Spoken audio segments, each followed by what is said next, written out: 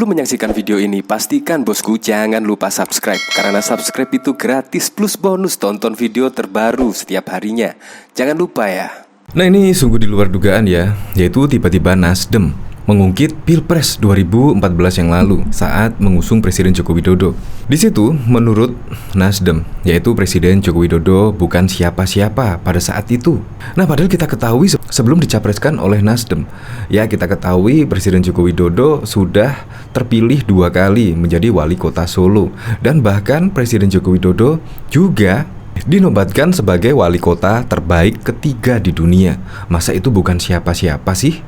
Masa gara-gara kepentingan politik dan sebagainya sampai menyebut Presiden Joko Widodo bukan siapa-siapa? Ini bahkan juga ditanggapi oleh Paltiwes. Masih tidak habis pikir kalau membaca pernyataan Nasdem yang merendahkan Presiden Jokowi ini, menyandang gelar wali kota terbaik ketiga di dunia, menjadi gubernur DKI dengan mengalahkan petahana dan memberikan Nasdem 36 kursi DPR Pileg 2014 dan 59 kursi DPR Pileg 2019. Ya seharusnya bersyukurlah, yaitu ketika mengusung Jokowi sebagai Capres 2014 yang lalu, akhirnya pun memberikan Nasdem kursi di DPR dan bahkan juga 59 kursi DPR di 2019. Ini sungguh keren karena memang ada untungnya lah mengusung Jokowi Capres pada tahun 2014 yang lalu. Nah, sekarang ini juga diulang lagi lah, yaitu Nasdem, partai yang pertama mendeklarasikan Anies sebagai Capres. Ya, hampir sama lah dengan dulu, yaitu mendeklarasikan Presiden Jokowi sebagai Capres pada tahun 2014. Tetapi kalau saat itu bukan siapa-siapa, saya sangat tidak setuju. Saya kurang setuju sekali. Karena Nasdem pasti memilih Capres 2014, yaitu Jokowi pada saat itu, pasti juga melihat potensi dari Jokowi. Karena memang Presiden Joko Widodo, ya kita ketahui di Solo banyak perubahan yang dilakukan. Bahkan juga saat menjadi Gubernur DKI Jakarta juga sangat banyak sekali perubahan yang dilakukan di DKI Jakarta pada saat dipimpin oleh Jokowi. Nah, dari berita ini, yaitu Ahmad Ali, dulu Jokowi bukan siapa-siapa. Wakil Ketua Umum Partai Nasdem Ahmad Ali menyebut Presiden Jokowi bukan siapa-siapa saat diusung di Pilpres 2014 yang lalu. Bahkan saat itu Nasdem mencalonkan Jokowi lebih awal dibandingkan partai lain. Untuk itu, menurut Ali, Nasdem selama ini mempunyai tradisi menetapkan calon presiden lebih awal. Tradisi untuk menetapkan calon presiden lebih awal oleh partai lain. Partai ini kita sudah lakukan ketika kita mencalonkan Bapak Joko Widodo menjadi calon presiden 2014 yang lalu, yang saat itu bukan siapa-siapa, katanya dikutip dari video Kompas TV. Maksudnya pernyataan itu untuk apa ya? Ya seharusnya menurut saya sih tidak usah menyerang Presiden Joko Widodo lah.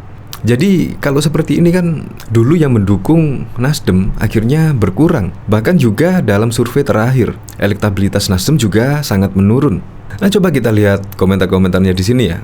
Bukan pernah ada pernyataan dari seorang yang bilang mendukung itu, nggak jauh beda sifatnya yang didukung.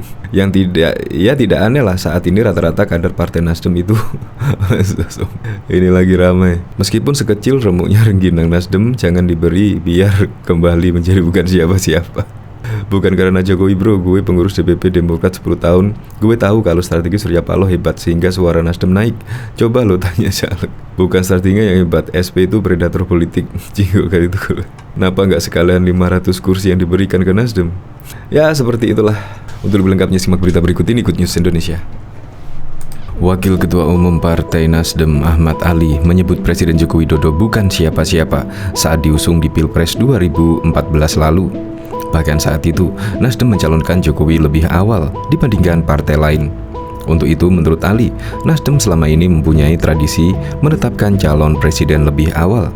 Tradisi untuk menetapkan calon presiden lebih awal oleh partai ini tidak sudah dilakukan ketika kita mencalonkan Bapak Joko Widodo menjadi calon presiden 2014, yang saat itu bukan siapa-siapa katanya, dikutip dari video Kompas TV. Diketahui terkait Pilpres 2024, Nasdem telah resmi menetapkan capres yang bakal diusung, yakni mantan Gubernur DKI Jakarta Anies Baswedan. Dibanding partai lain, penetapan capres Nasdem ini bisa dibilang memang lebih awal dibandingkan dengan partai-partai lainnya yang belum menetapkan capres untuk Pilpres 2024. Jokowi dipastikan tak hadir dalam puncak HUT Partai Nasdem. Sementara itu, Presiden Jokowi dipastikan tidak hadir dalam acara hari ulang tahun ke-11 Partai Nasdem pada Jumat 11 November 2022. Wakil Ketua Umum Partai Nasdem, Ahmad Ali mengatakan, Jokowi tak hadir lantaran sedang menghadiri acara kenegaraan. Pak Jokowi kan lagi menghadiri acara kenegaraan G20 dan kemudian akan ke Thailand. Jadi beliau insya Allah akan memberi lewat video typing, kata Ali di sela-sela acara rangkaian HUT Nasdem di JCC Senayan, Jakarta pada Kamis 10 November 2022, sebagaimana diberitakan tribunnews.com. Sebelumnya, Ali menjelaskan terkait ketidakhadiran Jokowi dalam acara HUT Nasdem. Ia mengatakan perhelatan HUT ke-11 Nasdem ini tidak mengundang pihak eksternal, karena memang kita lakukan ini dengan tidak mengundang eksternal, ujarnya pada Rabu kemarin. Selain itu, ia juga mengatakan kondisi global saat ini memaksa Nasdem menggelar rangkaian HUT secara sederhana. Karena kini kondisi global juga menjadi salah satu pertimbangan.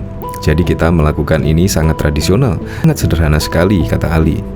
Padahal sebelumnya, Presiden Joko Widodo hadir dalam perayaan HUT ke-8 Partai Perindo di kawasan Menteng, Jakarta Pusat pada Senin 7 November 2022.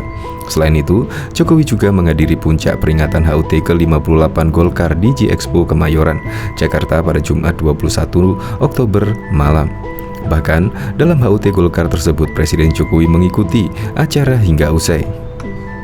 Bahkan Sekretaris Jenderal DPP PDIP Hasto Kristianto enggan mengomentari atau mengungkap kisah lama saat partainya dan Partai Nasdem memutuskan berkoalisi mengusung Joko Widodo sebagai presiden pada pemilu 2014 yang lalu. Hal itu diungkapkan Hasto saat ditanya soal klaim Nasdem menjadi partai pertama pengusung Jokowi ketika PDIP tidak memenuhi syarat mengusung presiden pada 2014 yang lalu.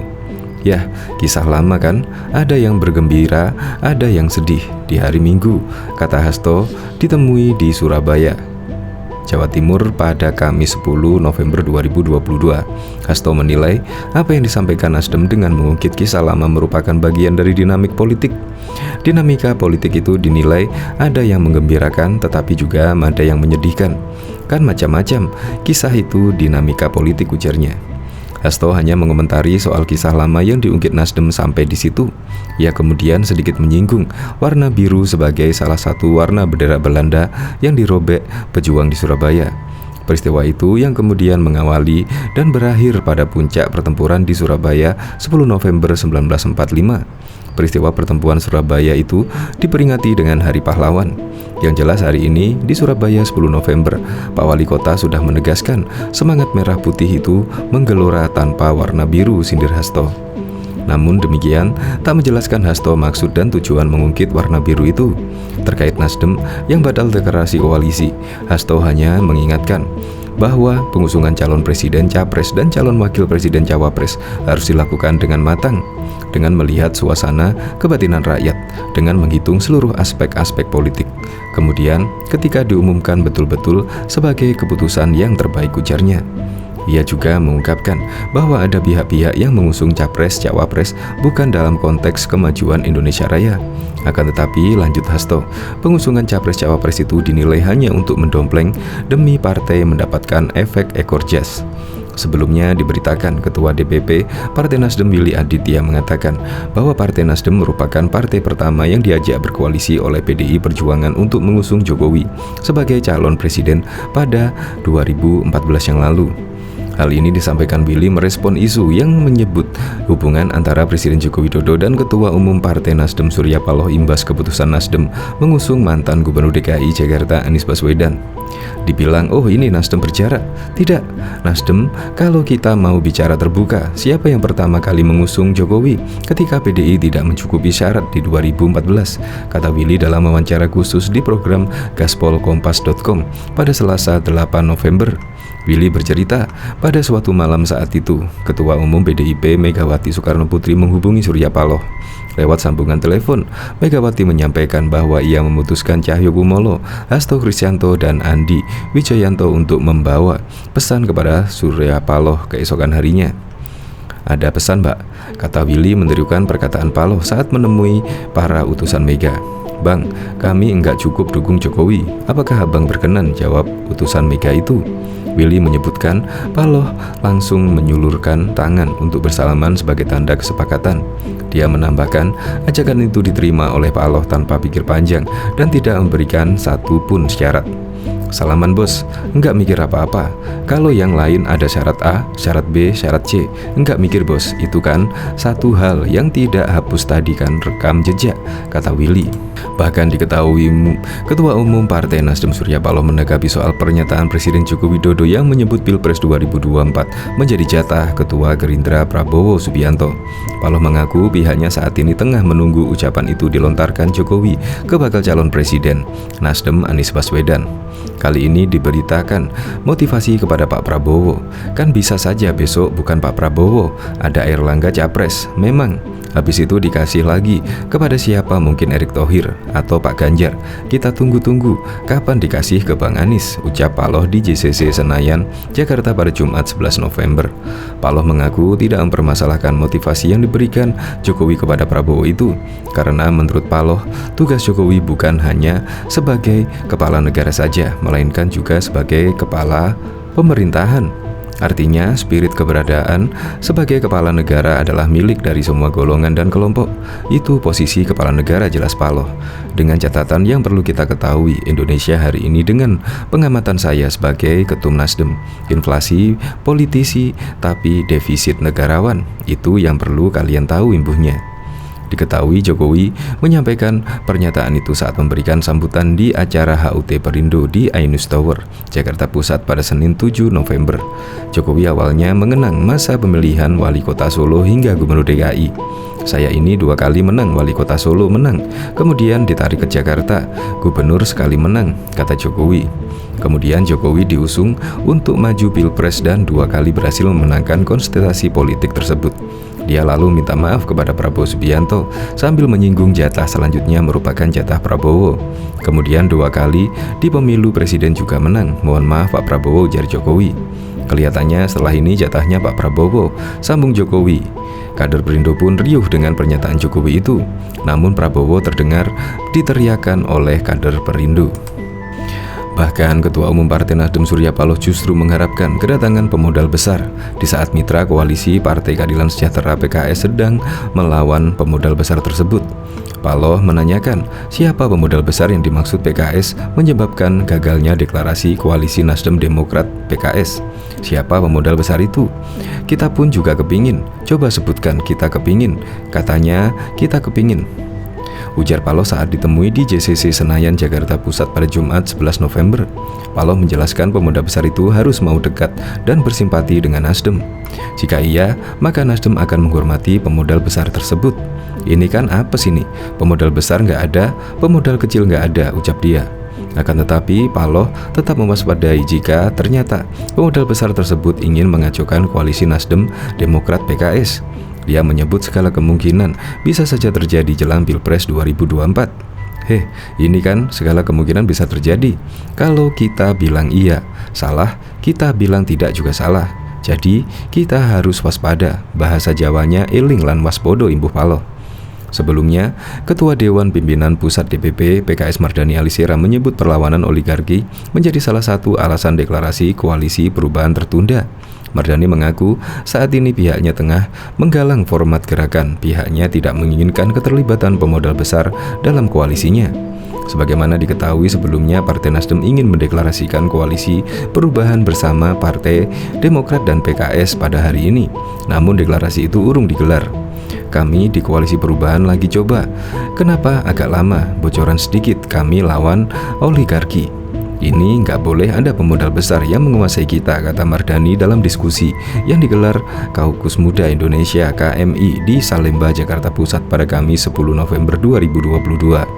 Mardhani juga mengatakan oligarki politik merupakan salah satu penyakit demokrasi di Indonesia yang timbul akibat tingginya biaya politik. Menurut dia, informasi terkait ongkos kontes politik tingkat daerah yang harus dikeluarkan telah banyak beredar. Anggota Komisi 2 DPR RI itu menyebut ketika pihaknya menerima bantuan dari oligarki, maka kerja-kerja politik akan terganggu. Oligarki politik itu kadang-kadang dia mainnya 2 kaki. Ini harus dilawan, tutur Mardhani. Mardhani juga menilai tingginya biaya politik dan oligarki itu menjadi bagian masalah besar yang harus dihadapi PKS. Ia mengaku PKS berkomitmen bersama Nasdem dan Demokrat untuk mencari fajar baru dalam pemilu 2024. Berbagai pembahasan saat ini sedang dilakukan. Karena itu, komitmen PKS, Nasdem, dan juga Partai Demokrat untuk terus musyawarah. Waktunya kapan? Tinggal waktunya, ujar Mardhani. Ketua Umum Partai Nasdem Surya Paloh mengatakan, belum ada pemodal besar yang mau mendanai koalisi perubahan. Nasdem saat ini tengah menjajaki koalisi dengan Demokrat dan juga PKS.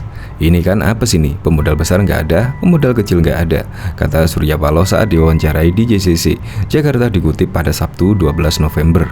Dia menyebut jika ada yang berani memberikan modal terlebih kepada calon presiden yang diusung Partai Nasdem yakni Anies Baswedan, maka dirinya akan memberikan hormat kepada pemodal tersebut. Kita pun juga ingin, coba sebutkan kita ingin, katanya kita ingin. Kalau ada pemodal besar terutama yang mau dekat dan bersimpati kepada Nasdem, saya katakan hormat, siap saja, ujar Paloh.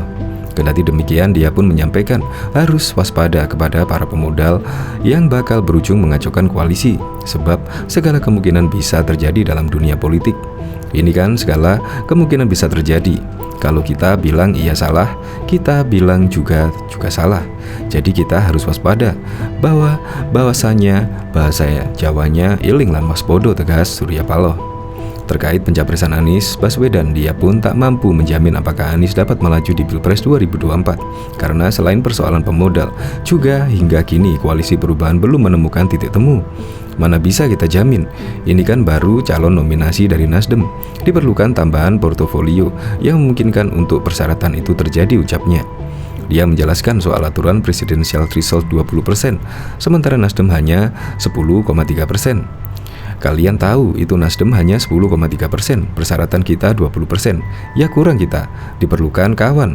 Nah, seolah ini sudah terjadi hubungan komunikasi yang baik dengan kawan kita Partai Demokrat, kawan kita dari PKS. Nah, ini barangkali masing-masing sedang melihat ya kan, dengan masalahnya masing-masing, problematikanya masing-masing, evaluasi dirinya masing-masing, strategi masing-masing, imbuhnya.